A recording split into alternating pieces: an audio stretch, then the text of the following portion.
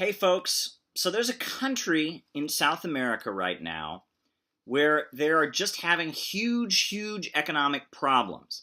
In fact, at this point, food is not being delivered and stores are empty because there's not enough food on the shelves. The highways that are usually full of people and full of business and action are empty. This is a country that's a big center in South America, previously very prosperous country. It's facing an economic crisis. They're talking about cutting the pensions. What country am I talking about? Well, it's not Venezuela. I'm talking about Brazil. And this is the Financial Times. This is the main, financial newspaper based in London. This is what they're saying about the situation, not in Venezuela, in Brazil. Quote, "The past 10 days in Brazil has sometimes seemed like a country on the brink of an apocalypse. Usually traffic-clogged highways around Sao Paulo have been deserted, gasoline stations empty, and food supplies to supermarkets have dwindled. The cause of such scenes, which seem like something from the 1971 end-of-time film The Omega Man, is the truckers' strike." So essentially, Brazil, they had a populist, social democratic president, Lula da Silva, and he wasn't like Venezuela. Most of the economy there is private. They do have a big state-run oil company called Petrobras, but most of the economy remains private. This is kind of a Bernie Sanders-like government, Lula da Silva. He left office. He was replaced by Dilma Rousseff, who was also, she had been a communist guerrilla fighter back when she was young. But, in more recent years, she kind of toned it down, and, she kept the state-run oil company, Petrobras. But overall, Brazil remained, a pretty prosperous country with, a lot of social programs. They were giving free food to people and such. And then, there was a corruption scandal, and the oil prices dramatically dropped, and there were problems. And so the left-wing kind of populist social democratic government in Brazil was forced out. And they've been living under the least popular president in their history, Michel Temer. And Michel Temer has been working with the United States to try and dismantle their welfare state, get rid of the subsidies, get rid of the pensions, just make the place into an Ayn Rand, Milton Friedman paradise. And he's been trying to undermine and get rid of the state-run oil company. It's been one of the main activities.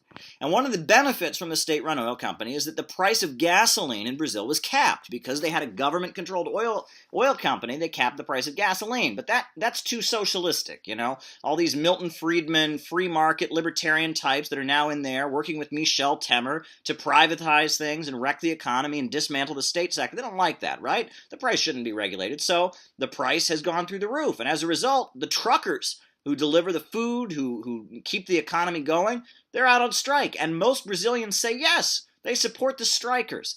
And then the state-run oil company that's seeing their budget, gutted by a president, Michel Temer, who doesn't want them to have a state-run oil company, they're also out on strike. So the country's in the middle of a catastrophe. People don't have food, people are hungry, the economy is wrecked, and it's all because of a free market, pro-U.S. president that has come in, Michel Temer, and wrecked the place. And in the interest of full disclosure, I have met Michel Temer. I visited Brazil in 2016 as the impeachment of Dilma Rousseff was taking place, and I actually met Michel Temer. I was a speaker at the conference of the Trade Union Center of Brazil, and I gave a 2-hour presentation about how the price of oil was being intentionally manipulated to hurt the government of Venezuela, to hurt the Petrobras state-run oil company in Brazil. And Michel Temer, who at that point was aligned with President Dilma Rousseff before he stabbed her in the back, and it turned out he'd been in touch with the CIA the whole time, he actually came to the conference that I spoke at and gave this talk, calling for the opposite of what he's been carrying out, and he and I shook hands. And there's actually a photograph. Here's the photograph of me and the current president of Brazil. Back when I was there, February of 2016, he was supporting the populist government. He was there at this trade union conference I was at, hoping to cut privatizations. Then he stabbed the socialistic and populistic government in the back, and now he's been working with the United States to gut the place and wreck it. But, there's been all this coverage in the U.S. media. Venezuela's having problems. They've had difficulties there. It's all the fault of socialism, right? But now in Brazil, For 2 years, they have had a president who is pro-market, pro-capitalist, backed by Washington, D.C., privatizing things, doing all the stuff that libertarians and free market Republicans and conservatives want to do over here, deregulating, getting rid of programs, and he has wrecked Brazil. But do we hear anything about it in the U.S. media? No, we don't. We don't hear anything about it because our media, I must tell you, is very, very, very biased. So that's all I've got to say. Capitalism is wrecking Brazil, but no one blames capitalism for it, right? There's a lot of propaganda about Venezuela, though.